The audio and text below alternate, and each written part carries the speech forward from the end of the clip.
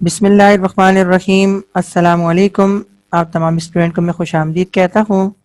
First year chemistry chapter number 1 और आज इस चैप्टर के लेक्चर नंबर 4 के अंदर जिस टॉपिक पे बात करने जा रहे हैं वो है लिमिटिंग रिएक्टेंट। तो आज हम ये जानेंगे जी कि केमिकल इक्वेशन के अंदर अगर एक से ज़्यादा रिएक्टेंट हो तो उसमें से लिमिटिंग रिएक्टेंट कौन होता है और लिमिटिंग रिएक्टेंट किसे कहते हैं, और उसके बाद इस लिमिटिंग रिएक्टेंट के न्यूमेरिकल किस तरह से होते हैं। और बोर्ड ऑफ इंटरमीडिएट एजुकेशन के अंदर जिस तरीक़ेकार से लिमिटिंग रिएक्टेंट के न्यूमेरिकल किए जाते हैं उस तरीक़ेकार को जैसे टेक्स्ट बुक बोर्ड की किताब में जिस तरीक़ेकार से आपको लिमिटिंग रिएक्टेंट के न्यूमेरिकल करना सिखाए हैं उस तरीक़ेकार से लिमिटिंग रिएक्टेंट के न्यूमेरिकल्स को करना सीखेंगे। तो आइए लेक्चर को स्टार्ट करते हैं। सबसे पहले तो ये पढ़ने जाएंगे जी कि लिमिटिंग रिएक्टेंट क्या है, यानी लिमिटिंग रिएक्टेंट को किस तरह से डिफाइन किया जाता है, इसे हम पढ़ने जा रहे हैं। तो लिमिटिंग रिएक्टेंट की डेफिनेशन अब आपके सामने है, लिखा है जी the reactant which is involve in a chemical reaction and produces less amount of product is known as limiting reactant. तो पहली चीज तो यह है जी कि केमिकल इक्वेशन में एक से ज्यादा रिएक्टेंट मौजूद हो। तो एक से ज़्यादा का मतलब 2 रिएक्टेंट भी हो सकते हैं और 3 रिएक्टेंट भी हो सकते हैं और इससे ज़्यादा रिएक्टेंट भी हो सकते हैं जी। अब केमिकल रिएक्शन अगर एक से ज़्यादा रिएक्टेंट हैं तो इसका मतलब है केमिकल रिएक्शन यकीनन उन दोनों में से किसी एक पर या उन तीनों में से किसी एक पर डिपेंड कर रहा होगा। तो यहाँ पर लिखा है जी कि वो रिएक्टेंट, अब इसकी एक और डेफिनेशन है जी, वो मैं पहले आपको बताता हूँ जी। That consume first during a chemical reaction, इसको भी लिमिटिंग रिएक्टेंट कहते हैं। यानी अगर मैं ये लिखूं जी the reactant which is involve in a chemical reaction that consume first during a chemical reaction, यानी केमिकल रिएक्शन के नतीजे में जो पहले खत्म हो जाए उसको क्या कहते हैं जी, लिमिटिंग रिएक्टेंट कहते हैं। और जो पहले खत्म हो जाएगा तो यकीनन उससे बनने वाले प्रोडक्ट की मिकदार क्या होगी जी, कम होगी। तो वही डेफिनेशन है जी, the reactant which is involve in a chemical reaction and produces less amount of product it is known as limiting reactant. तो ऐसा रिएक्टेंट जिसके जरिए से प्रोडक्ट की कम से कम मिकदार बने, यानी जो केमिकल रिएक्शन के अंदर पहले खत्म हो जाए, उस रिएक्टेंट को क्या कहते हैं जी, लिमिटिंग रिएक्टेंट कहते हैं। तो लिमिटिंग रिएक्टेंट जो न्यूमेरिकल आपकी किताब में मौजूद है वो कितने स्टेप के अंदर होते हैं और किस तरह से होते हैं और किस स्टेप के अंदर हम क्या निकालते हैं, आइए उसका तरीका सीखेंगे जी। तो 4 स्टेप के न्यूमेरिकल है जी। पहले स्टेप के अंदर दोनों रिएक्टेंट, यानी अगर 2 रिएक्टेंट है या अगर 3 रिएक्टेंट है जी या इससे ज्यादा रिएक्टेंट है तो हर रिएक्टेंट के आपने मोल्स निकालने होते हैं। ये पहला स्टेप होता है जी। जो दूसरा स्टेप है जी, जब आपने रिएक्टेंट के मोल्स निकाल लिए तो उन मोल्स की मदद से बनने वाले प्रोडक्ट के मोल्स निकालते हैं। यानी रिएक्टेंट की मदद से, यानी यहाँ पे रिएक्शन स्टोइचियोमेट्री को अप्लाई करते हैं और रिएक्शन स्टोइचियोमेट्री को अप्लाई करते हुए हर रिएक्टेंट की मदद से बनने वाले प्रोडक्ट के मोल्स निकालते हैं। उसके बाद फिर लिमिटिंग रिएक्टेंट का फैसला करते हैं जी। जिस रिएक्टेंट से प्रोडक्ट के कम मोल्स बनते हैं वो रिएक्टेंट लिमिटिंग रिएक्टेंट कहलाता है। और चौथे स्टेप में आप क्या करते हैं जी, आप लिमिटिंग रिएक्टेंट से जो मोल्स प्रोड्यूस हुए प्रोडक्ट के उसको इस्तेमाल करते हैं और उसको इस्तेमाल करते हुए प्रोडक्ट का अमाउंट निकालते हैं जी। तो ये 4 स्टेप हैं, न्यूमेरिकल 4 स्टेप के अंदर होता है जी। इस बात का ख्याल रखिएगा जी कि स्टोइचियोमेट्री और लिमिटिंग रिएक्टेंट के न्यूमेरिकल में फर्क क्या है जी। फर्क ये है जी कि स्टोइचियोमेट्री के न्यूमेरिकल में अगर रिएक्टेंट एक से ज्यादा हो तो उनमें से किसी एक ही रिएक्टेंट का अमाउंट आपको पता होगा और उसकी मदद से या तो उसने दूसरे रिएक्टेंट का या प्रोडक्ट का अमाउंट निकालने के लिए आपसे कहा होगा। लेकिन लिमिटिंग रिएक्टेंट के सवालात में क्या होता है जी कि एक से ज्यादा रिएक्टेंट गिवन होते हैं इक्वेशन के अंदर और उन दोनों या तीनों ही रिएक्टेंट के अमाउंट आपको गिवन होते हैं। तो अगर सवाल के अंदर एक से ज्यादा रिएक्टेंट हो और एक से ज्यादा रिएक्टेंट के मास आपको गिवन हो, ये मासेस दोनों रिएक्टेंट के सेम भी हो सकते हैं, दोनों रिएक्टेंट के मुख्तलिफ भी हो सकते हैं जी, तो ये सवाल लिमिटिंग रिएक्टेंट का बन जाएगा। और लिमिटिंग रिएक्टेंट के सवाल को सॉल्व करने का तरीका क्या है जी, ये 4 स्टेप के अंदर होता है जिसमें मैंने आपको बात की जी। जो पहला स्टेप है उसके अंदर आप हर रिएक्टेंट के मोल्स निकालते हैं, यानी mass upon molecular mass formula लगाते हैं तो आपको मोल्स पता लग जाते हैं। मोल्स निकालने के बाद फिर रिएक्शन स्टोइचियोमेट्री को अप्लाई करते हैं और रिएक्शन स्टोइचियोमेट्री को अप्लाई करके हर रिएक्टेंट की मदद से प्रोडक्ट के मोल्स निकालते हैं। जब प्रोडक्ट के मोल्स निकल जाते हैं जी तो प्रोडक्ट के मोल्स को देखते हैं जी और ये देखते हैं जी कि किस रिएक्टेंट से प्रोडक्ट के लीस्ट मोल बने। जिस रिएक्टेंट से प्रोडक्ट के लीस्ट मोल बनते हैं उस रिएक्टेंट को लिमिटिंग रिएक्टेंट कहते हैं जी। और जिस रिएक्टेंट से प्रोडक्ट के लीस्ट मोल बने तो प्रोडक्ट के लीस्ट मोल्स को इस्तेमाल करते हुए प्रोडक्ट का अमाउंट निकालते हैं जी। तो ये लिमिटिंग रिएक्टेंट के न्यूमेरिकल्स को करने का तरीका है। किताब ने आपको यही तरीका सिखाया है जी और इम्तिहान में भी यही तरीका पसंद किया जाता है। तो आप इस तरीके से लिमिटिंग रिएक्टेंट के न्यूमेरिकल्स को करना सीखिए। तो ये पहला सवाल आपके सामने है और ये लिमिटिंग रिएक्टेंट का न्यूमेरिकल है। आइए देखते हैं ये किस तरह से सॉल्व होगा। लिखा है sodium thiosulphate Na2H2O3 can be prepared by a reaction. तो एक रिएक्शन दिया हुआ है जी और इस रिएक्शन के अंदर आपको वाज़े तौर पर 3 रिएक्टेंट नजर आ रहे हैं। ये सोडियम सल्फाइड है, ये सोडियम कार्बोनेट है और ये सल्फर डाइऑक्साइड है। तो ये 3 रिएक्टेंट नजर आ रहे हैं और उसके बाद फिर 2 प्रोडक्ट हैं जी। ये सोडियम थायोसल्फेट है और ये कार्बन डाइऑक्साइड है। अब हमें ये फैसला करना है जी कि ये स्टोइचियोमेट्री का न्यूमेरिकल है या लिमिटिंग रिएक्टेंट का न्यूमेरिकल है। न्यूमेरिकल को आगे पढ़ते हैं। लिखा हुआ है how many grams of sodium thiosulphate will be produce, यानी ये Na2H2O3 सोडियम थायोसल्फेट का मास निकालने के लिए आपको कहा है। और आगे जो लिखा है वो लिखा है when 200 gram each of the reactant react together. तो यहां पर जो ईच का वर्ड है जी, ये ईच का वर्ड आपको ये बता रहा है जी कि ये लिमिटिंग रिएक्टेंट का सवाल है, क्योंकि ईच का मतलब ये है जी कि हर रिएक्टेंट का जो मास है, यानी सोडियम सल्फाइड, सोडियम कार्बोनेट और सल्फर डाइऑक्साइड, इन तीनों का मास आपको गिवन है और इन तीनों का मास क्या है जी 200 ग्राम है। तो ये इस बात का सबूत है जी कि लिमिटिंग रिएक्टेंट का न्यूमेरिकल है क्योंकि लिमिटिंग रिएक्टेंट के न्यूमेरिकल में जितने रिएक्टेंट इक्वेशन के अंदर लिखे होते हैं उन तमाम का मास आपको गिवन होता है। वो मास सेम भी हो सकता है, अगर वो सेम होगा तो यहाँ पे ईच का वर्ड इस्तेमाल हो जाएगा और अगर वो डिफरेंट होगा तो दोनों के मासेज या तीनों के मासेज आपको अलग-अलग दिए हुए होंगे। तो ये लिमिटिंग रिएक्टेंट का न्यूमेरिकल है जी। आपकी किताब ने इसको जिस मेथड से करना सिखाया है हम उसी मेथड से इसको करना सीखेंगे और इम्तिहान में भी इसी मेथड से करना अच्छा है। तो आइए देखते हैं जी कि लिमिटिंग रिएक्टेंट न्यूमेरिकल किस तरह से सॉल्व होते हैं। तो ये न्यूमेरिकल आपके सामने है और सबसे पहले हम इस न्यूमेरिकल का डाटा बनाने जाएंगे। तो डाटा इस न्यूमेरिकल का बना रहे हैं। मास ऑफ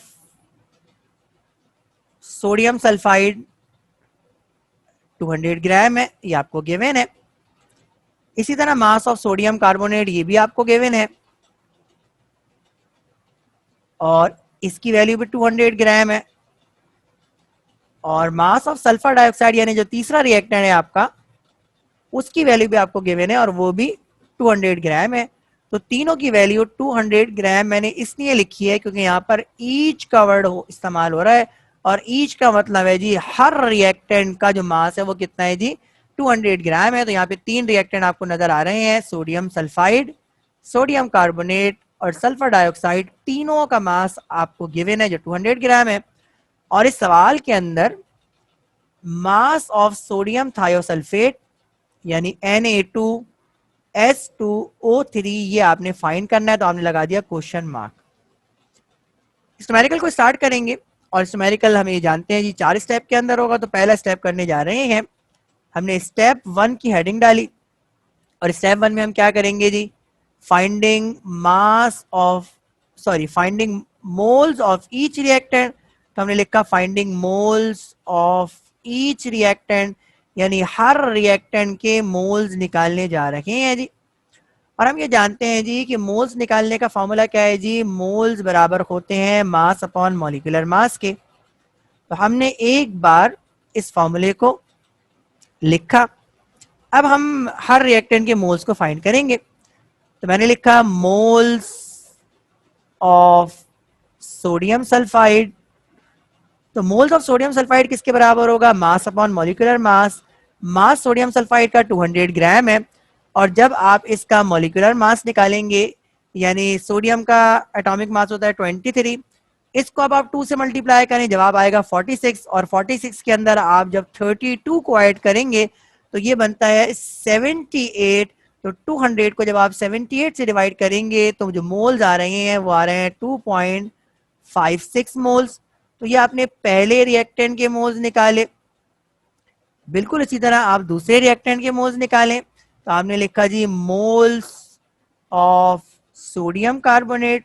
तो सोडियम कार्बोनेट के मोल्स निकालने जा रहे हैं, मास कितना है 200 ग्राम है, और सोडियम कार्बोनेट का अगर आप मॉलिक्यूलर मास निकालेंगे तो सोडियम 23, तो 23 को 2 से मल्टीप्लाई करें 46 जवाब आएगा। और कार्बन का मास 12 होता है और ऑक्सीजन का मास 16 होता है, इसको 3 से मल्टीप्लाई करें तो जवाब 48 आएगा। और इन सब को अगर आप ऐड करते हैं तो आपके पास जवाब आता है 106, और 200 को जब आप 106 से डिवाइड करेंगे तो आपके पास जवाब आएगा 1.886 मोल्स।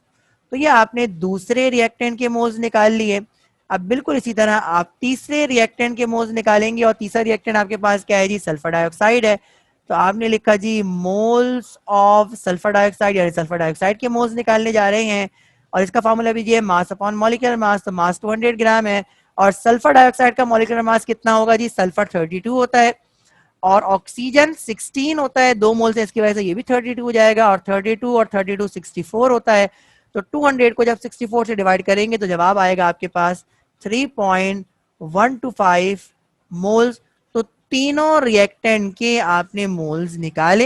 ये आपका पहला स्टेप था, और इस पहले स्टेप के अंदर आपने सिंपल फॉर्मूला इस्तेमाल किया है, और इस फॉर्मूले में आपने क्या किया है जी, जो फॉर्मूला लगाया है वो मोल्स का लगाया है, यानी मास अपॉन मॉलिक्यूलर मास, और हर रिएक्टेंट के आपने मोल्स निकाले। ये सोडियम सल्फाइड के मोल्स हैं, ये सोडियम कार्बोनेट के मोल्स हैं, और इसी तरह ये सल्फर डाइऑक्साइड के मोल्स हैं। तो पहले स्टेप के अंदर आप जितने रिएक्टेंट दिए जाते हैं उन तमाम रिएक्टेंट के मोल्स को फाइंड करते हैं। तो ये पहला स्टेप इस न्यूमेरिकल का मुकम्मल हुआ। अब इस न्यूमेरिकल के दूसरे स्टेप पे जाएंगे, और जो स्टेप 2 है, स्टेप 2 के अंदर आप क्या निकालेंगे जी, स्टेप 2 के अंदर निकालेंगे फाइंडिंग मोल्स ऑफ प्रोडक्ट, यानी प्रोडक्ट के मोल्स निकालने जा रहे हैं, और उसी प्रोडक्ट के मोल्स निकालेंगे कि जिसके बारे में आपसे सवाल में कहा गया होगा।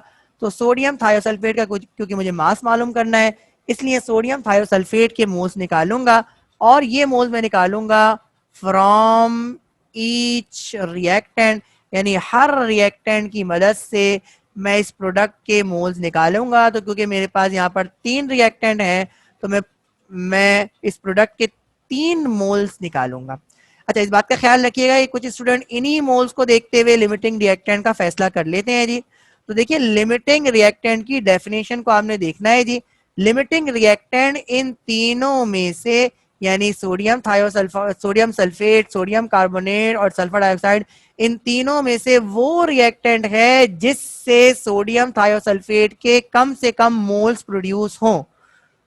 लिमिटिंग यानी रिएक्टेंट के कम मोल्स का प्रोडक्ट के, यह जरूरी नहीं है जी। यहाँ पे अगर आप देखें इस न्यूमेरिकल के अंदर, तो आपने देखा जी सोडियम कार्बोनेट के सबसे कम मोल्स हैं, तो इससे आप ये अगर तसव्वुर कर लें जी कि सोडियम कार्बोनेट लिमिटिंग रिएक्टेंट होगा, तो आप ये गलत हो जाएंगे। यानी रिएक्टेंट के कम मोल्स को देखते हुए प्रोडक्ट के कम मोल्स का फैसला नहीं किया जा सकता। आपको स्टोइचियोमेट्री अप्लाई करनी पड़ेगी, और स्टोइचियोमेट्रिक कैलकुलेशन के जरिए फिर आप फैसला करेंगे कि इन तीनों में से कौन सा रिएक्टेंट प्रोडक्ट के कम मोल्स बना रहा है, और जो रिएक्टेंट प्रोडक्ट के कम मोल्स बनाएगा उसे आप लिमिटिंग रिएक्टेंट कहेंगे। तो हम इक्वेशन को लिखते हैं। सबसे पहले तो जी इक्वेशन को लिखें जी। तो इक्वेशन क्या है जी, सोडियम सल्फेट, और इसके कितने मोल्स हैं जी, 2 मोल्स हैं जी।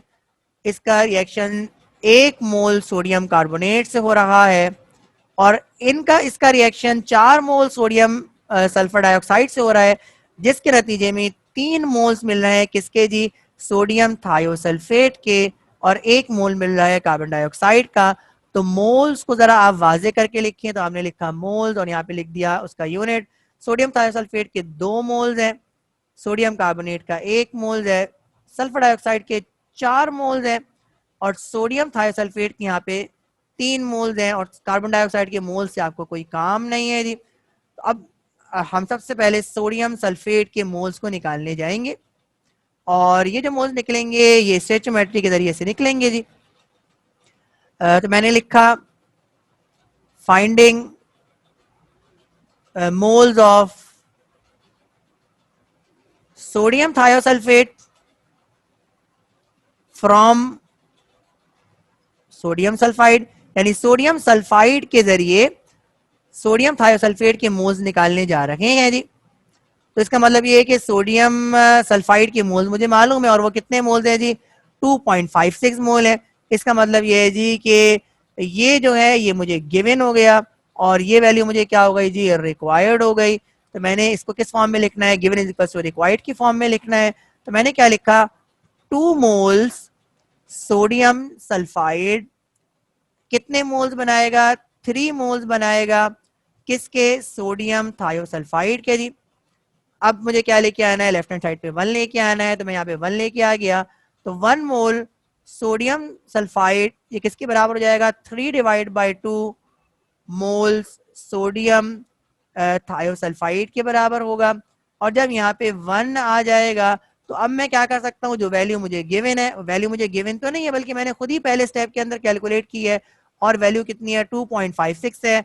और ये किसके मोल्स हैं जी, ये सोडियम सल्फाइड के मोल्स हैं। अब मैं इसको दोनों तरफ मल्टीप्लाई करवाऊंगा जी। तो मैंने यहाँ पे क्या किया, मैंने लिखा 1 multiply by 2.56 mole sodium sulphide के, ये किसके बराबर होगा, 3 divide by 2 multiply by 2.56 mole sodium thiosulphide के।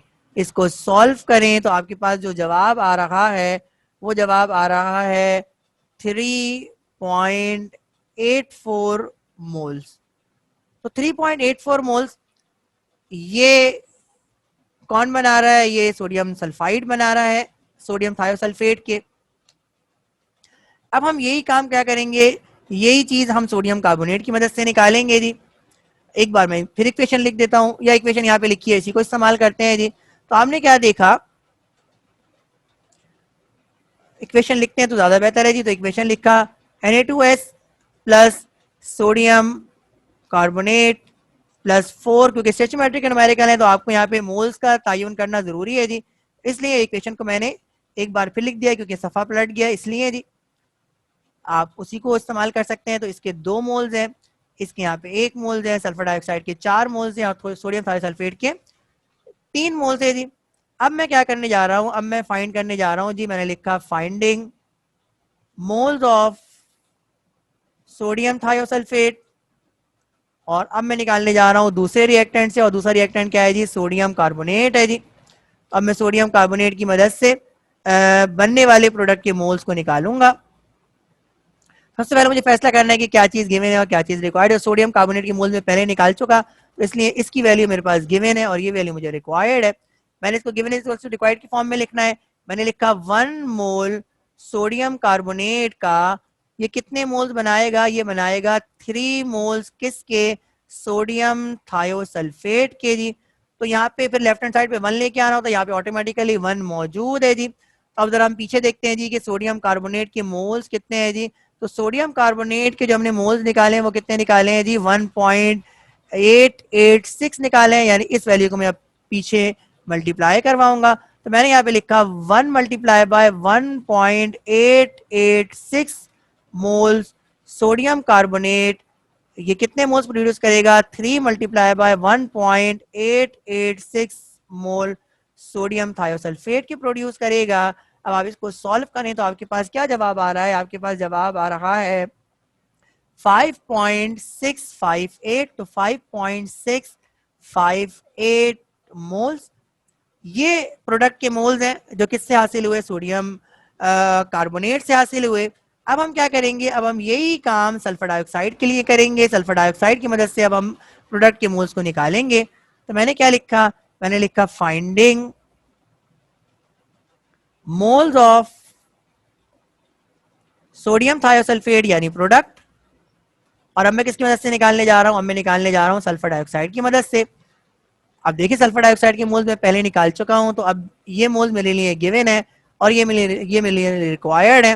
तो मैंने क्या लिखा, मैंने लिखा 4 मोल्स सल्फर डाइऑक्साइड के ये प्रोड्यूस करेंगे 3 मोल्स किसके जी, सोडियम थायोसल्फेट के।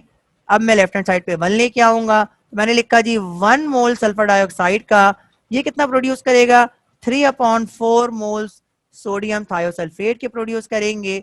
और जब मैं लेफ्ट हैंड साइड पे 1 लेके आ गया तो अब मुझे सल्फर डाइऑक्साइड के मोल्स लिखने की इजाजत है।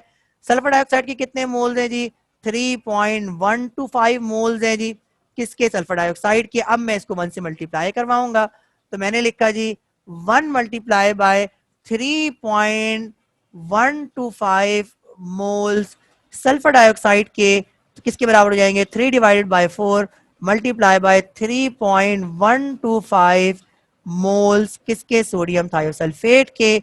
अब अगर आप इसको सॉल्व करें तो आपके पास जो जवाब आ रहा है वो आ रहा है 2.34 मोल्स।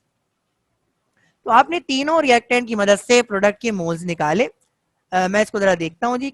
तो आपके पास जो पहला रिएक्टेंट था वो था सोडियम सल्फाइड, और उसकी मदद से जो प्रोडक्ट के मोल्स निकले वो निकले 3.84। जो दूसरा रिएक्टेंट है वो क्या है जी, सोडियम कार्बोनेट है, और उसकी मदद से जो प्रोडक्ट के मोल्स निकले वो निकले 5.658। और जो तीसरा रिएक्टेंट है वो है सल्फर डाइऑक्साइड, और उसकी मदद से जो प्रोडक्ट के मोल्स निकले वो 2.34 मोल्स निकले जी। तो ये स्टेप 2 को मैंने यहाँ पर समराइज किया है जी। अब हम स्टेप 3 पे जाएंगे जी। तो स्टेप 2 क्या था, इसको मैं एक बार आपको फिर बता देता हूँ। जो स्टेप 2 था, स्टेप 2 में हमने रिएक्शन स्टोइचियोमेट्री को इस्तेमाल किया, उसी तरीकेकार को इस्तेमाल किया जो हमने पिछले लेक्चर के अंदर जो स्टोइचियोमेट्री के न्यूमेरिकल को सीखा था जी।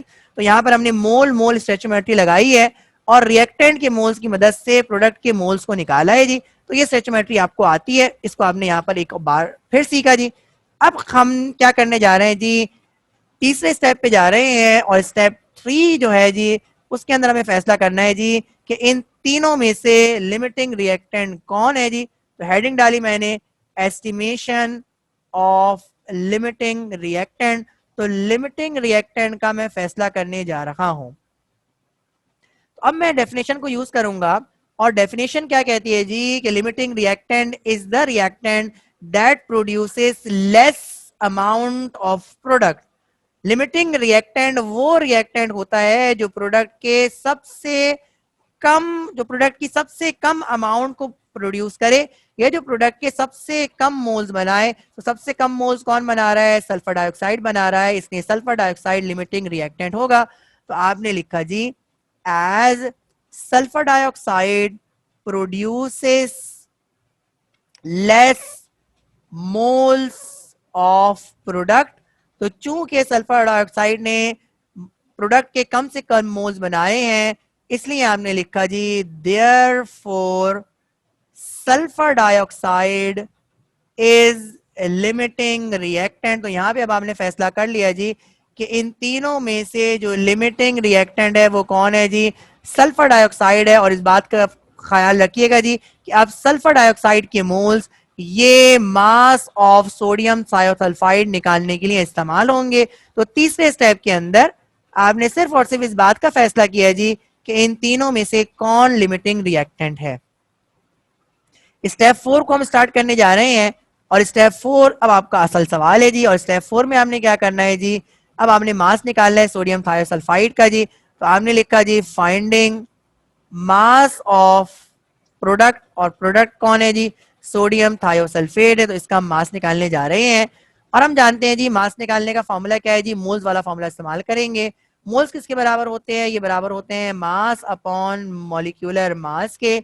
इस बात का ख्याल रखिएगा जी कि अगर आपने लिमिटिंग रिएक्टेंट के अलावा किसी और के मोल्स को रखकर इस न्यूमेरिकल को सॉल्व किया, यानी इस मोल्स को रखकर आपने न्यूमेरिकल को सॉल्व किया, तो भी आपका न्यूमेरिकल गलत हो जाएगा। और इस मोल को रख के भी न्यूमेरिकल को सॉल्व किया तो भी आपका न्यूमेरिकल गलत हो जाएगा।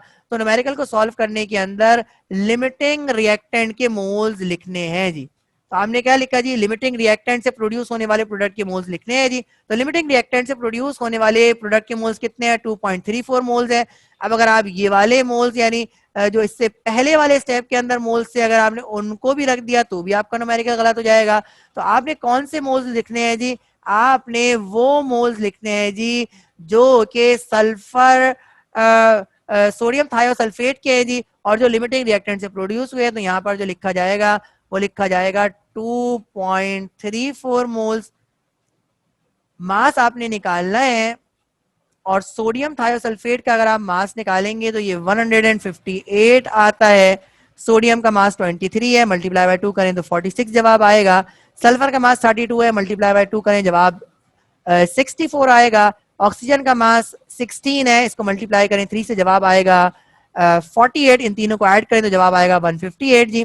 तो मास निकालने के लिए ये 158 क्या हो जाएगा? 2.34 से मल्टीप्लाई होगा, तो मास किसके बराबर हो गया? 2.34 मल्टीप्लाई बाय 158। और जब आप इसको सॉल्व करेंगे तो आपके पास जवाब आ जाएगा, और मेरे पास जवाब आ रहा है 369.7 ग्राम। और ये किसका मास है जी? ये सोडियम थायोसल्फेट का मास है जी। तो ये लिमिटिंग रिएक्टेंट का न्यूमेरिकल था, और जिसके अंदर आपने इस न्यूमेरिकल को सॉल्व किया और उसी तरीके से सॉल्व किया जो आपकी किताब ने आपको सिखाया था जी। मैं इसको एक बार रिव्यू करता हूं। पहले स्टेप के अंदर आपने मास ऑफ द रिएक्टेंट की मदद से क्या निकाला? हर रिएक्टेंट का मोल्स निकाले आपने, और हर रिएक्टेंट के मोल्स को निकालने के बाद फिर आपने क्या किया? रिएक्शन स्टोइचियोमेट्री को अप्लाई किया, यानी बैलेंस केमिकल इक्वेशन को इस्तेमाल करते हुए मोल मोल स्टोइचियोमेट्री को अप्लाई किया, और हर रिएक्टेंट की मदद से प्रोडक्ट के मोल्स निकाले। तो आपने पहले रिएक्टेंट यानी सोडियम सल्फाइड की मदद से प्रोडक्ट के मोल्स निकाले। उसके बाद फिर आपने दूसरे रिएक्टेंट यानी सोडियम कार्बोनेट की मदद से प्रोडक्ट के मोल्स निकाले। उसके बाद फिर आपने तीसरे रिएक्टेंट यानी सल्फर डाइऑक्साइड की मदद से प्रोडक्ट के मोल्स निकाले। उसके बाद फिर आपने तीनों मोल्स यानी प्रोडक्ट हर रिएक्टेंट से प्रोडक्ट के बनने वाले मोल्स को आपने कंपेयर किया, और आपने तीसरे स्टेप के अंदर फैसला किया जी कि जिस रिएक्टेंट ने प्रोडक्ट के कम मोल्स बनाए हैं वो लिमिटिंग रिएक्टेंट है। तो आपको पता लग गया जी कि सल्फर डाइऑक्साइड लिमिटिंग रिएक्टेंट है। बाकी तमाम के मोल्स, बाकी तमाम से बनने वाले प्रोडक्ट के मोल्स को आपने क्या किया जी? डिनाई कर दिया, नेग्लेक्ट कर दिया, और लिमिटिंग रिएक्शन से बनने वाले प्रोडक्ट के मोल्स को फिर आगे आप इस्तेमाल करेंगे जी। और आपने उसको आगे इस्तेमाल किया और उसकी मदद से रिएक्टेंट प्रोडक्ट के मोल्स निकाले जी। और प्रोडक्ट का जो मास आया जी, प्रोडक्ट का मास कितना आया? 369.7 ग्राम आया जी। तो ये आपका न्यूमेरिकल था जिसमें आपने सीखा। देखिए ये दोनों मोल्स पॉसिबल ही नहीं है, और पॉसिबल इसलिए नहीं है जी क्योंकि 2.34 मोल्स प्रोडक्ट के बनाकर सल्फर डाइऑक्साइड खत्म हो जाएगा। इसका मतलब यह है जी कि सोडियम कार्बोनेट और सोडियम सल्फाइड ये एक्सेसिव अमाउंट में यानी इसकी ज्यादा मिकदार केमिकल रिएक्शन के अंदर मौजूद है। और देखिए रिएक्शन उस वक्त तक नहीं होगा जब तक कि ये तीनों इस केमिकल रिएक्शन के अंदर, इस रिएक्शन मिक्सचर के अंदर मौजूद ना हो। तो क्योंकि 2.34 मोल सल्फर डाइऑक्साइड के 2.34 मोल्स प्रोडक्ट के बना के सल्फर डाइऑक्साइड खत्म हो जाएगा, इसलिए सल्फर डाइऑक्साइड लिमिटिंग रिएक्टेंट है। और 2.34 मोल्स प्रोडक्ट के बनने के बाद मजीद प्रोडक्ट के मोल्स इसलिए नहीं बनेंगे क्योंकि रिएक्शन मिक्सचर के अंदर सल्फर डाइऑक्साइड मौजूद नहीं होगा। तो ये लिमिटिंग रिएक्टेंट के न्यूमेरिकल थे जिसको आपने करने का तरीका सीखा। अब हम लिमिटिंग रिएक्टेंट के साथ एक्सेसिव रिएक्टेंट यानी बचने वाले रिएक्टेंट को भी निकालने का तरीका सीखेंगे जी। तो इस न्यूमेरिकल के अंदर आप दोनों ही चीजें सीखेंगे जी। तो न्यूमेरिकल को हम पढ़ते हैं जी। लिखा हुआ है you are provided 6 gram of carbon and 100 gram of oxygen.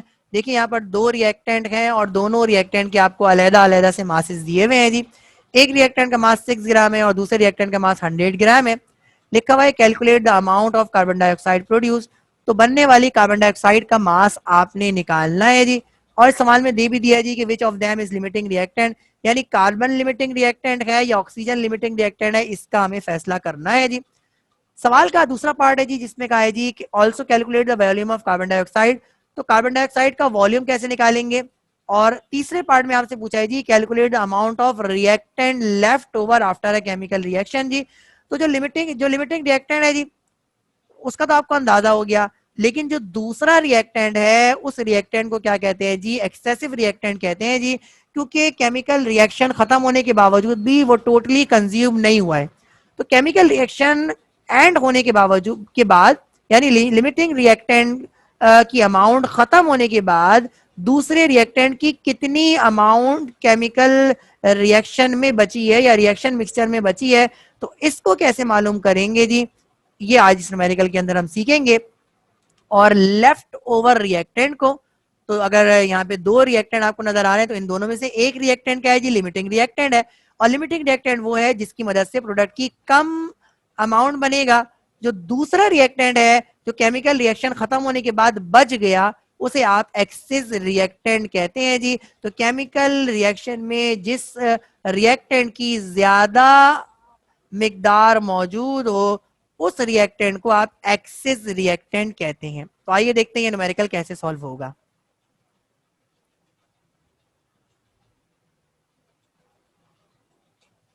तो सबसे पहले इस न्यूमेरिकल का डाटा बनाएंगे।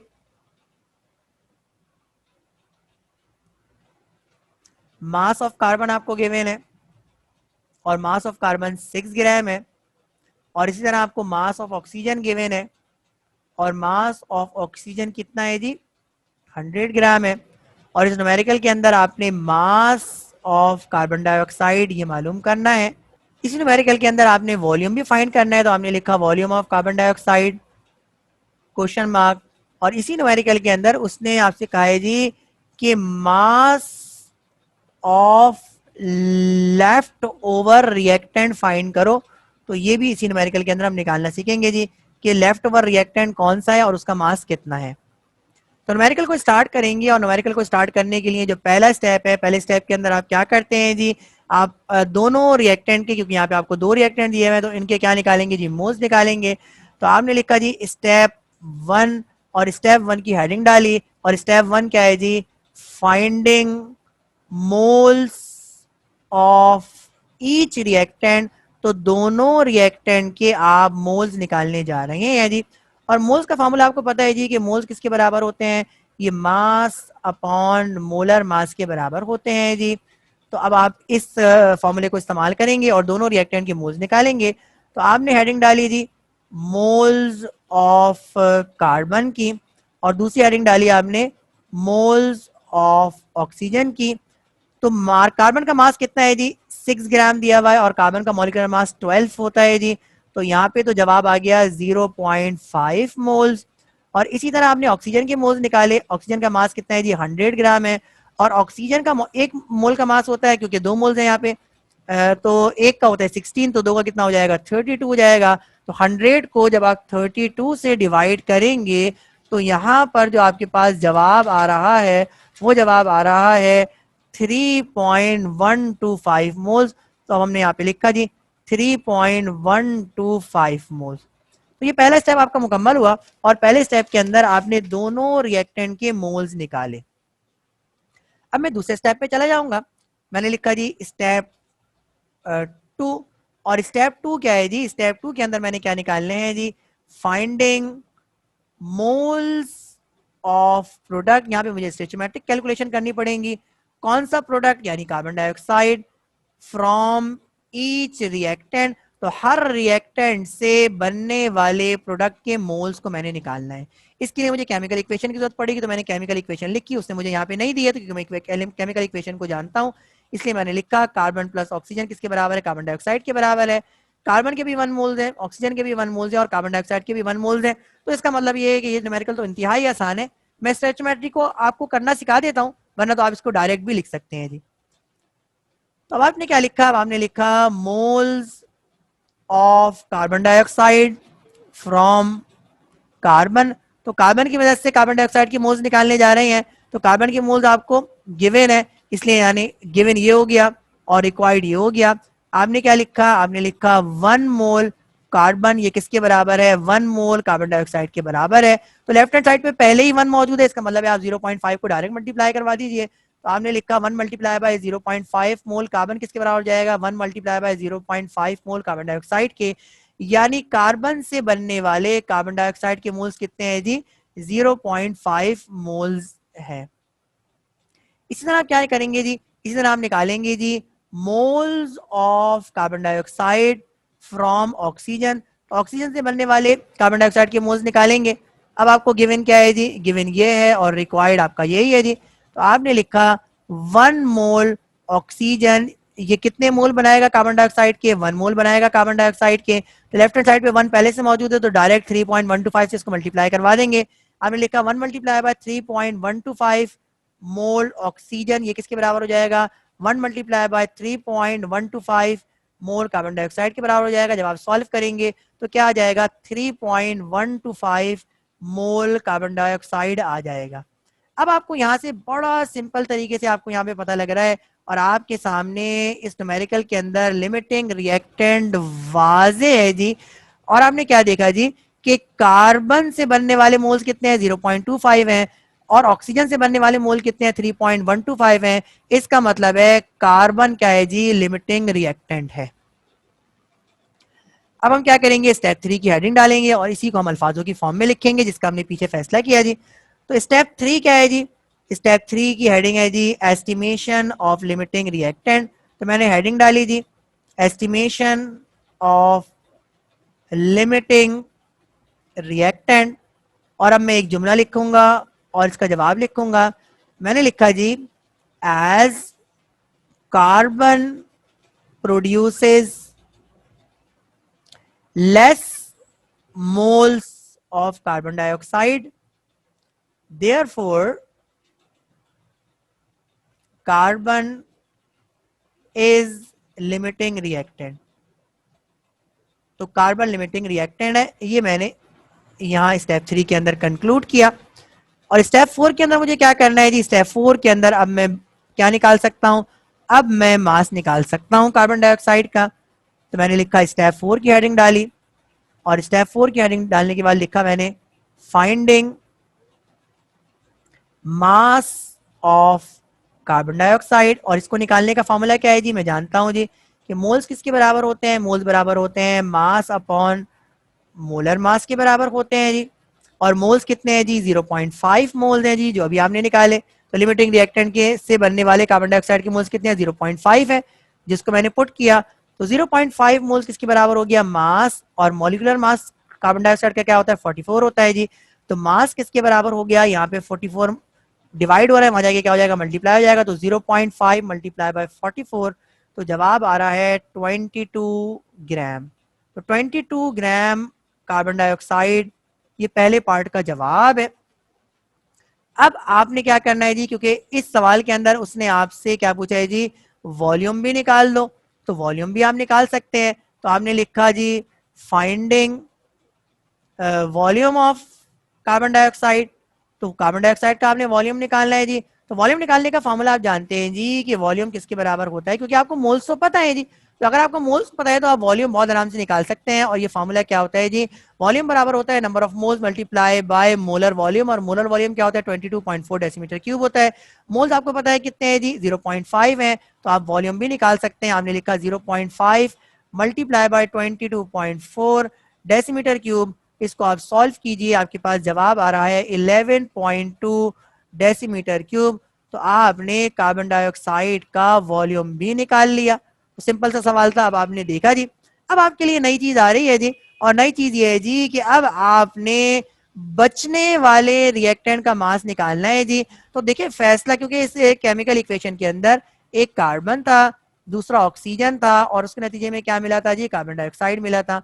तो कार्बन क्या है जी, कार्बन आपका लिमिटिंग रिएक्टेंट है। तो जो दूसरा रिएक्टेंट है वो एक्सिस रिएक्टेंट कहलाएगा। यानी ये कुछ तो कंज्यूम हुआ होगा और कुछ बच गया होगा। इस बचने वाले को आप क्या कहते हैं, एक्सिस रिएक्टेंट कहते हैं, यानी इसकी ज्यादा मिकदार मौजूद है। क्योंकि 22 ग्राम कार्बन डाइऑक्साइड को बनाने के बाद जो 6 ग्राम कार्बन था वो खत्म हो गया, और ये कितना था, ये 100 ग्राम था जी। तो 100 ग्राम में से कितना इस्तेमाल हुआ और कितना बच गया, कितना बच गया ये हम निकालने जा रहे हैं। तो अब मैंने क्या लिखा जी, मैंने हेडिंग डाली फाइंडिंग। अब पहला काम क्या करना है जी, पहला काम ये करना है जी कि हमें मुझे फाइंड करना है जी, फाइंडिंग मास ऑफ ऑक्सीजन। मैं ऑक्सीजन का मास निकालूंगा जी, रिक्वायर्ड, जो कि रिक्वायर्ड है जी टू प्रोड्यूस कितने ग्राम? 22 ग्राम कार्बन डाइऑक्साइड। तो 22 ग्राम कार्बन डाइऑक्साइड को बनाने के लिए ऑक्सीजन का कितना मास रिक्वायर्ड होगा, यह मैं निकालने जा रहा हूं।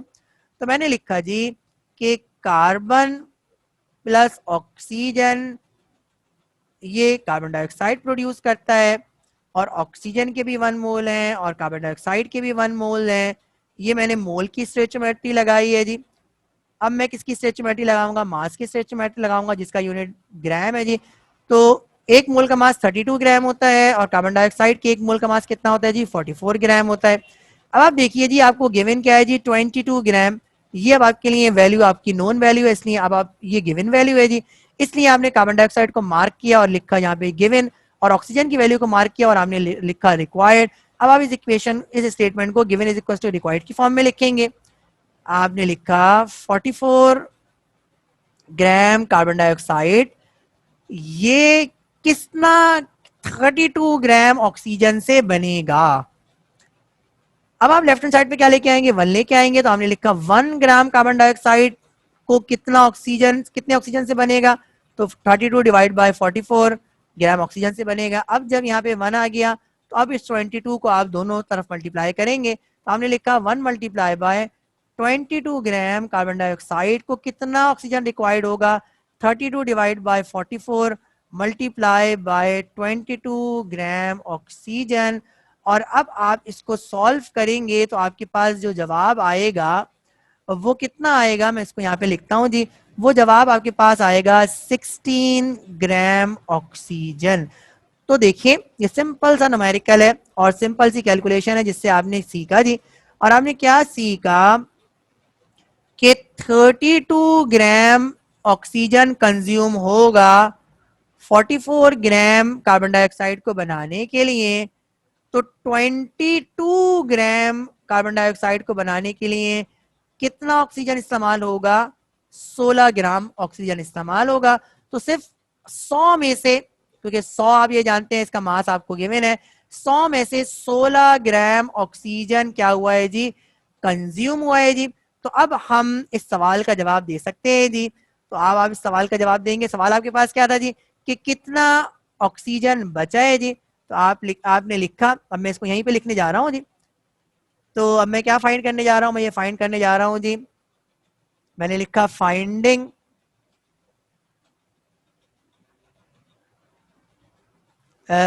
Left over amount of oxygen.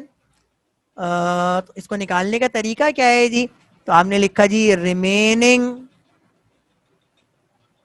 Oxygen, ये किसके बराबर है जी? टोटल ऑक्सीजन और माइनस अमाउंट कंज्यूम, यानी कितना अमाउंट कंज्यूम हो गया। तो टोटल कितना था जी? ये 100 ग्राम था। और ये आपको कहाँ दिया हुआ है? ये न्यूमेरिकल के बिल्कुल स्टार्ट के अंदर दिया हुआ है 100 ग्राम। और कितना कंज्यूम हुआ? ये यहाँ पे आ रहा है आपको 16 ग्राम आ रहा है। तो 100 में से आप 16 को माइनस कीजिए, जवाब कितना आ रहा है? जवाब आ रहा है 84 ग्राम, यानी ऑक्सीजन 84 ग्राम बचा है जी। यानी इतना ये एक्सेसिव अमाउंट है। तो ये तो न्यूमेरिकल था जी।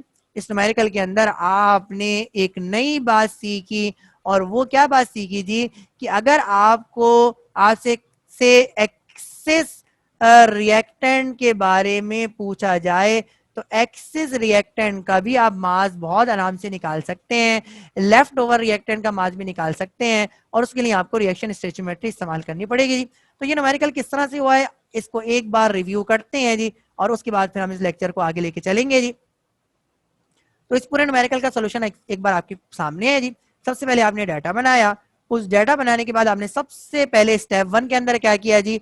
हर रिएक्टेंट के मोल्स निकाले, जिसको निकालने के लिए सिंपल फॉर्मूला इस्तेमाल किया, mass upon molecular mass. Carbon के मोल्स निकाले, ऑक्सीजन के मोल्स निकाले, और उसके बाद फिर दूसरे स्टेप पे चले गए। और दूसरे स्टेप में आपने क्या किया जी? कि कार्बन डाइऑक्साइड यानी प्रोडक्ट के मोल्स निकाले हर रिएक्टेंट से। तो जो पहले स्टेप के अंदर आपने रिएक्टेंट के मोल्स निकाले थे, उनको इस्तेमाल करते हुए आपने प्रोडक्ट के मोल्स निकाले जी। तो आपने लिखा जी कार्बन डाइऑक्साइड के मोल्स निकाले कार्बन से, क्योंकि स्टोइचोमेट्रिक रेशियो 1:1 का है जी, तो इसका मतलब है जितने मोल्स रिएक्टेंट के हैं उतने ही मोल्स प्रोडक्ट के भी बनेंगे जी। इसी तरह फिर आपने कार्बन डाइऑक्साइड के मोल्स निकाले ऑक्सीजन से, तो कार्बन डाइऑक्साइड के मोल्स कार्बन की मदद से 0.5 आए और ऑक्सीजन की मदद से 3.125 आए। यहाँ पे आपने लिमिटिंग रिएक्टेंट का फैसला किया, और लिमिटिंग रिएक्टेंट वो होता है जिसकी मदद से रिएक्टेंट प्रोडक्ट के कम से कम मोल्स बने। तो कार्बन की मदद से क्योंकि प्रोडक्ट के कम से कम मोल्स बने, इसलिए कार्बन लिमिटिंग रिएक्टेंट है। इसी बात को आपने यहाँ पे लिखा जी, और लिखा जी क्योंकि कार्बन ने कार्बन डाइऑक्साइड के लेस मोल्स बनाए, इसलिए कार्बन लिमिटिंग रिएक्टेंट है जी। तो अब आपने ऑक्सीजन के मोल्स को, ऑक्सीजन से बनने वाले कार्बन डाइऑक्साइड के मोल्स को कहीं इस्तेमाल नहीं करना, कार्बन से बनने वाले कार्बन डाइऑक्साइड के मोल्स को आपने इस्तेमाल करना है। और आपने मास कार्बन डाइऑक्साइड का निकाला जी, तो हमने लिखा मोल्स किसके बराबर होते हैं, मास अपॉन मॉलिक्यूलर मास के बराबर होते हैं। कार्बन डाइऑक्साइड के कार्बन से बनने वाले मोल्स को लिखा और कार्बन डाइऑक्साइड के मॉलिक्यूलर मास को लिखा, सॉल्व किया, कार्बन डाइऑक्साइड का मास 22 ग्राम आ गया। सवाल के अंदर आपसे कहा था जी कि कार्बन डाइऑक्साइड का वॉल्यूम निकालो, और वॉल्यूम निकालने के लिए ये फॉर्मूला आपने इस्तेमाल किया जी कि वॉल्यूम बराबर होता है number of moles multiply by molar volume, और आपने 0.5 को मोलर वॉल्यूम से मल्टीप्लाई किया, तो यहाँ पर आपको 11.2 डेसीमीटर क्यूब कार्बन डाइऑक्साइड का वॉल्यूम मिल गया।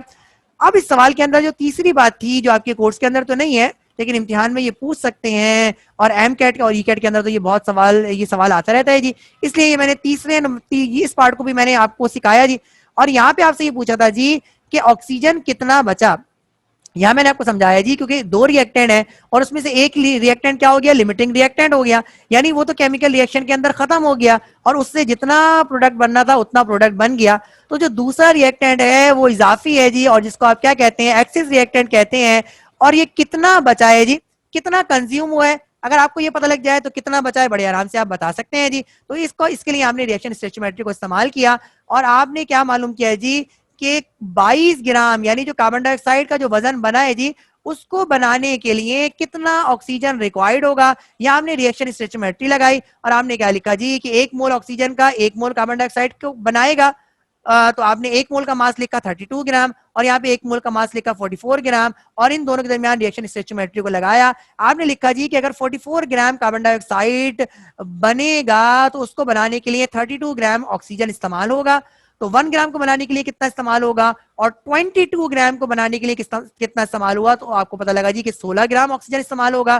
तो 100 ग्राम ये इसका असल वजन था और सिर्फ 16 ग्राम इस्तेमाल हुआ है। तो आपने लिखा जी रिमेनिंग ऑक्सीजन कितना बचा जी, तो आपने लिखा जी कि टोटल में से जो अमाउंट कंज्यूम हुआ है उसको निकाल दो। तो आपने 100 में से 16 को निकाला तो आपके पास जवाब आ रहा है 84 ग्राम। इसका मतलब है 84 ग्राम ऑक्सीजन बचा हुआ है जी। तो ये आपका एक्सिस रिएक्टेंट कहलाता है, या इसको लेफ्ट ओवर रिएक्टेंट कहते हैं जी। तो लेफ्ट ओवर रिएक्टेंट का मास आपने इस न्यूमेरिकल के अंदर निकालना सीखा।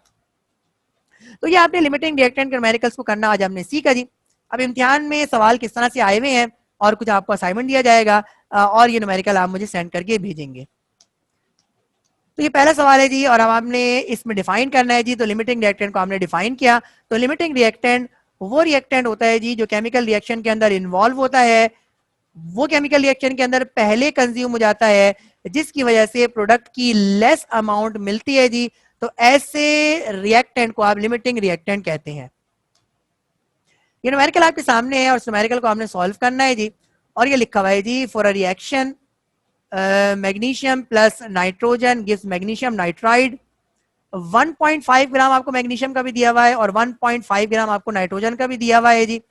आपसे कहा है जी कि एक्चुअल अमाउंट मैग्नीशियम नाइट्राइड का क्या होगा और इन दोनों एलिमेंट में से कौन सा एलिमेंट लिमिटिंग रिएक्टेंट होगा जी।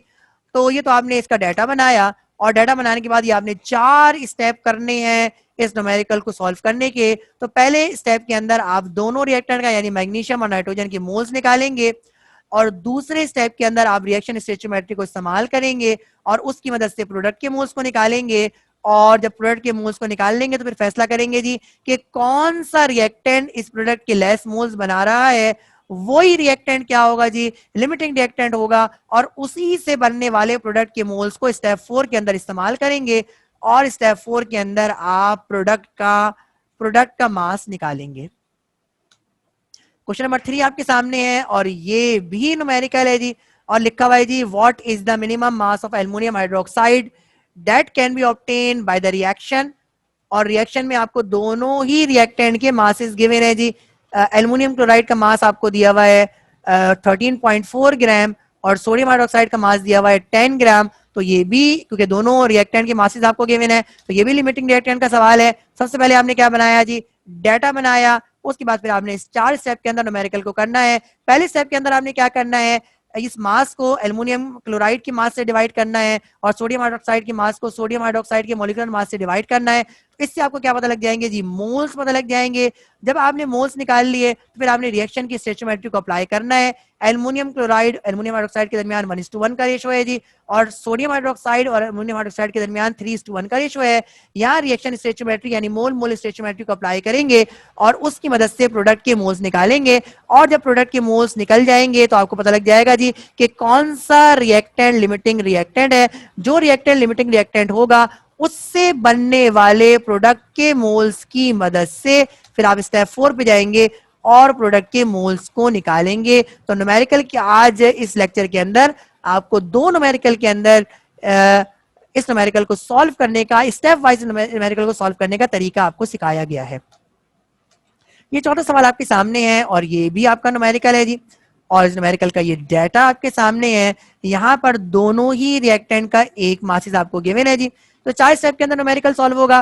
पहले स्टेप के अंदर आपने मास और मास को मॉलिक्यूलर मास से डिवाइड करना है, जिसकी मदद से आपको इन दोनों इनऑर्गेनिक कंपाउंड के मोल्स पता लग जाएंगे। जब आपने को मोल्स पता लग गए तो आप रिएक्शन की स्टोइकियोमेट्री को अप्लाई करेंगे। 1:1 का रेशो है, तो जो मोल्स रिएक्टेंट के निकलेंगे वही मोल्स आपके प्रोडक्ट के होंगे जी। तो ये न्यूमेरिकल आपका बहुत आसान हो गया जी, और इसकी मदद से आप फैसला कर लेंगे कि इन दोनों में से कौन लिमिटिंग रिएक्टेंट है। और जब लिमिटिंग रिएक्टेंट का फैसला हो जाएगा तो आप बेरियम सल्फेट के मोल्स मास को निकाल सकते हैं। ये 5वां सवाल है और ये भी आपका न्यूमेरिकल है जी। इस न्यूमेरिकल का आपने डाटा यहाँ पे बनाया और उस डाटा के अंदर फिर ये 4 स्टेप करेंगे और इस 4 स्टेप की मदद से आप क्या निकालेंगे जी, लिमिटिंग रिएक्टेंट का मास, लिमिटिंग रिएक्टेंट से बनने वाले प्रोडक्ट का मास निकालेंगे। तो आज का जो लेक्चर था उसके अंदर आपने लिमिटिंग रिएक्टेंट को स्टडी किया, और लिमिटिंग रिएक्टेंट को स्टडी करने के साथ साथ फिर आपने एक्सेस रिएक्टेंट के बारे में भी पढ़ा और लेफ्ट ओवर रिएक्टेंट के बारे में आपने पढ़ा। ये इजाफी मालूमात थी जो आपको दी गई हैं, इम्तिहान में पूछा जा सकता है क्योंकि इम्तिहान में बहुत सारे न्यूमेरिकल कोड्स से आउट भी आते हैं जी। तो जरा इन न्यूमेरिकल्स को भी आप देख लें, और खासतौर पे जो एक्सेसिव रिएक्टेंट जो मैंने निकालना सिखाया है और जो लेफ्ट ओवर रिएक्टेंट का जो मास निकालना सिखाया है उसको भी आप गौर कीजिए जी। तो आज के इस चैप्टर के अंदर आपने लिमिटिंग रिएक्टेंट के बारे में पढ़ा और लिमिटिंग रिएक्टेंट के न्यूमेरिकल को करना सीखा जी। न्यूमेरिकल को सॉल्व करेंगे तो आपको लिमिटिंग रिएक्टेंट के न्यूमेरिकल सॉल्व करना आ जाएंगे। कोई प्रॉब्लम हो तो आप मुझसे डिस्कस कर सकते हैं जी। तो अब आपसे नेक्स्ट लेक्चर के अंदर मुलाकात होगी जो इस चैप्टर का लेक्चर नंबर 5 है, और इस लेक्चर के अंदर हम एम्पिरिकल और मॉलिक्यूलर फार्मूला के न्यूमेरिकल्स को सीखेंगे जी। तो एम्पेरिकल और मॉलिक्यूलर फार्मूला के न्यूमेरिकल किस तरह से होते हैं और एम्पेरिकल और मॉलिक्यूलर फार्मूला क्या होता है और इनके न्यूमेरिकल कितने स्टेप के अंदर होते हैं, ये हमारे अगले लेक्चर का मौजू है। इंशाअल्लाह ताला आपसे अगले लेक्चर के अंदर मुलाकात होगी। अपना ख्याल रखिएगा। अस्सलामु अलैकुम।